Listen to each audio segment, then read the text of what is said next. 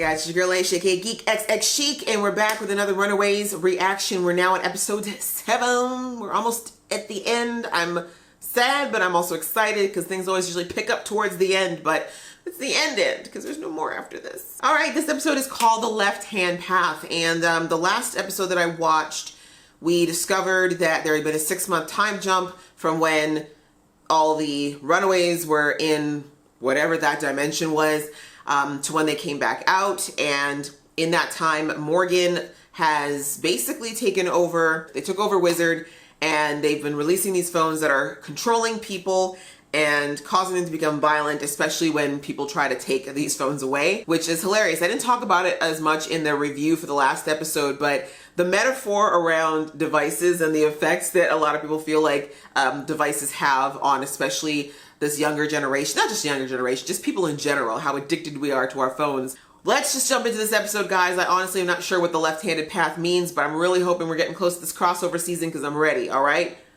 Let's go. Well, this is clearly her work. What should we do? Simple. Don't even. Carolina, why don't you use your powers for something useful? Get out. Get out. Get out. Get out. Good girl. Carolina! You all right? What happened?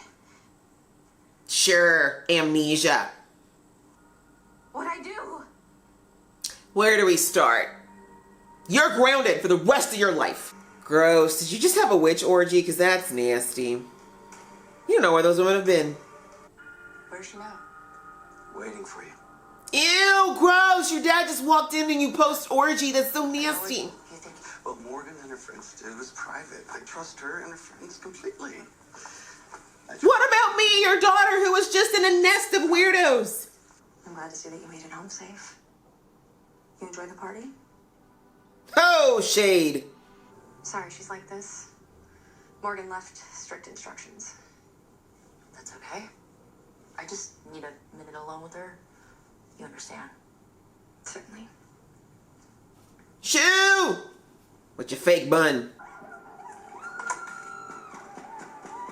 Wow. This is like the quietest place I've ever been to as far as old people. Okay, Nico. Karate lessons are worth every penny. Oh, she fell so nicely. Look at her. She's taking a nap. Yes?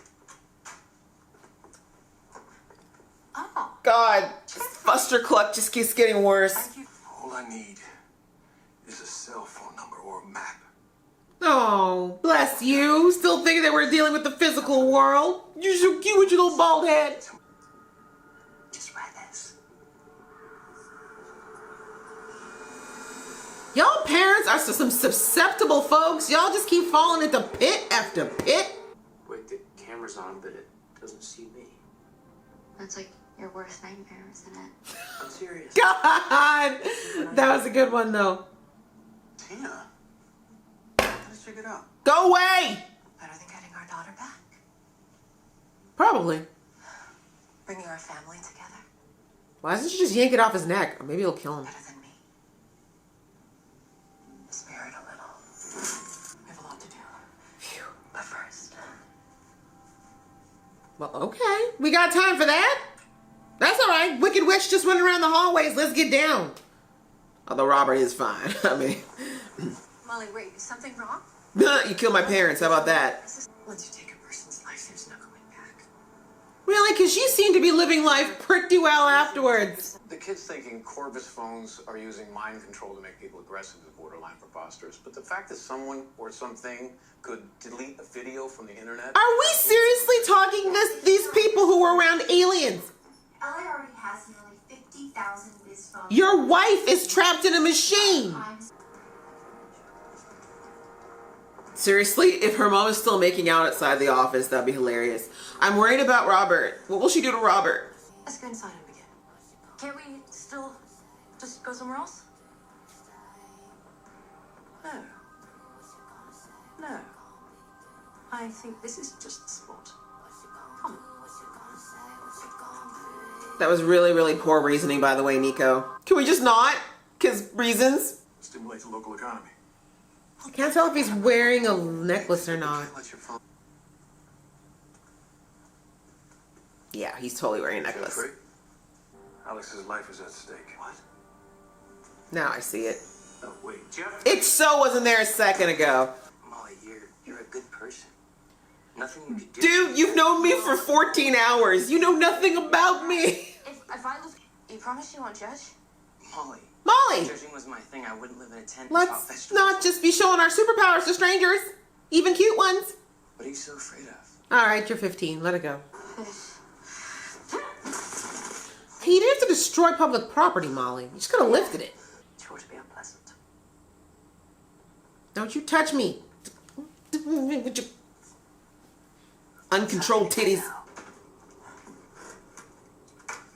Do you really think she put it somewhere that obvious, Robert? Come on now, use your brain. I do like this wall portrait, though. Probably completely enchanted and full of demons, but you know what? It ain't ugly. You probably shouldn't touch that directly. Told you. He's mine, Robert. Sacred. A part of me.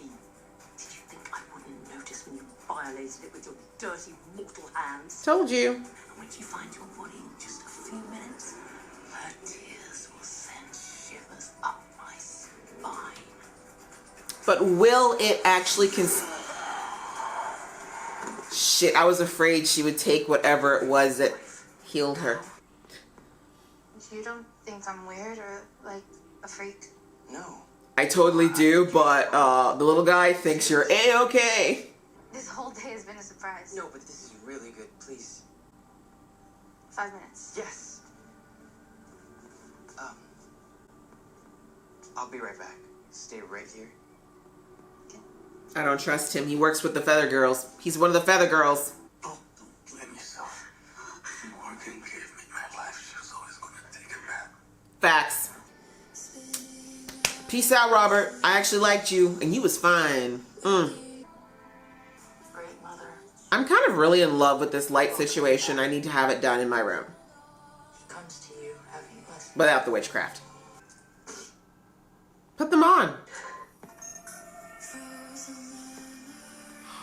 Oh! Robert, you genius! Aw, Robert. You was a real one, man. One of the few parents I'll actually miss. Why are you hanging out with Fingerstein? Oh, we're just friends. I mean, the aliens used our bodies for physical release, but I knew she'd have to throw it in. I hate to say it, but I wish Nico were here. Forget about Alex again. That's fine. Permit my entry into night, and allow the darkness find its light. Ooh, girl. I think you opened it more than you bargained for, because this is too much. Yeah, what are you doing? If there was ever a stairway to hell, that's it. Ah, no, it's my babies. Who are you? I missed y'all. You end the episode, you bastards. Oh, at last. I knew it. Someone told me, like, it's going to be the very end of the episode. Now that everybody is separated again, that is when they're going to bring in my crossover moment. Y'all. Okay, guys, that was episode 7, which was called The Left-Hand Path. And, yeah, it was a good one. I do like that we kind of had some progression in some fronts. I feel like there were some parts of the episode that were kind of, I don't know, this whole Molly thing is still kind of got a big question mark on it for me, but still, good episode overall. I didn't talk as much in this one, I'm sorry, because I was really like focusing on the episode, but also I had a massage earlier because I've been having some serious neck pain and stuff. But anyway, I'm really just kind of feeling very zen at the moment. So my apologies for not being as talkative. This reaction might actually be a lot shorter because it'll just be me staring at the screen. Let's see. Best parts of the episode, I would say, I really did enjoy the Minoru family moments. Clearly, the Minoros have a lot of the stuff that they needed to work out. And I'm kind of liking that with each set of the families, we're kind of getting a little resolution with all of them around certain issues that they've had, around certain problems that they had. Because, you know, I said, I think at the beginning of this season that I wasn't sure what we were going to do with the parents, because in the comic version, all the parents died, right? They got taken out by the Gibbs in the comic, but because the Gibbs are no longer a thing right now in the show, I was like, okay, but the parents are all still here. What's going to happen? Now it looks like they are planning on potentially taking all the parents out, but they're going to get to go out more heroically than they got to in the comic books. So, I mean, that's not a terrible thing per se, but yeah, this time, you know, the only one who's really not going to get that, unfortunately, outside of Molly, obviously, because her parents died a while back, is Alex and his mom. You know, the fact that that moment, that horrible Gibbs stole Alex's last moment with his mother. And while I don't think Alex would have been all that affectionate anyways, I don't think he would have rejected his mom's expression of love the way that the Gibb did in that moment. And I think he's going to unfortunately have to live with that going forward. If he lives, we don't even know if Alex is going to make it out of this. But I'm thinking that since they did change the way the comics went as far as not having the Gibbs be the source of everything ending, they might let Alex live in this version, which I personally would really appreciate, because he didn't actually end up turning against them like he did in the comics either. So he doesn't really deserve to be in my opinion, he doesn't deserve to be, like, none of them deserve to die. None of the kids deserve to die, but I just don't think he deserves that outcome. But anyways, back to the Minoru family. We saw that, you know, Robert, unfortunately, and I said this, you know, as soon as she put whatever the heck it was in him and woke him up, I was like, that is something that Morgan has over Robert that they just can't change, so to speak. Do you know what I mean? I thought last season when Robert got hurt by Nico's magic that, like, the fact that Tina couldn't heal him then pretty much was an indicator, or maybe I thought, oh, actually no, I thought at first she couldn't heal him because she didn't have the staff. But we don't know if the staff is capable of healing people. We've never seen anything like that happen. So, yeah, it's kind of sad. I mean, I think Carolina's abilities can heal, but she seems to always forget that when she feels like it. And anyways, long story short was that I wasn't sure how Robert would survive going forward, but I always imagined that, as he said at the end, that Morgan was going to take his life back regardless. Like, she was just using Robert because it was for her own ends. I'm glad that Nico got her moment to say what she needed to, because, I mean, out of her parents, she was least upset with her father. If she was ever really upset with Robert, it was because he didn't ever really have the backbone to stand up for what he really believed in when it came to the Minoru women, which is sad. He's definitely a beta in that family with two alphas. But he was a loving man, and he clearly always, you know, one thing that was always apparent with him was how much he adored Nico, how much he adored, gosh, her and Amy when she was still alive. And he's obviously even still loved Tina despite everything that they'd been through. So it was sad. As I said, out of the parents, I feel like he was one of the least problematic ones out of the group, along, of course, with Gert's parents. So it's kind of sad that he had to die, or he had to die before Tina, quite frankly. I feel like out of those two, Tina would have been a little bit less of a harsh blow, but Tina's having a role here. You know, this whole witchcraft magic thing is obviously, Tina somehow is tied into this world. We still don't know exactly how. I'm hoping we'll get that in the next episode, because we only have 2 left now, so we don't have a lot more time for exposition. Glad that at least that part of Nico's parental drama was taken care of, and that her and her mom seem to be on the same page, at least for right now, as far as getting rid of Morgan. So, which kind of goes into actually thinking of parents who could die at the hands of something. Molly, I said last episode that, you know, she's been acting a bit strange, acting like she's suddenly feeling very excluded and left out, and that didn't make any sense to me because it just kind of came out of nowhere. But I suppose this episode tried to tie it into her seeing the revelation that her parents were not, you know, these innocent victims that she thought that they were, and that she found out about the fact, oh, I forgot that, yes, her dad, or not her dad, what's his name?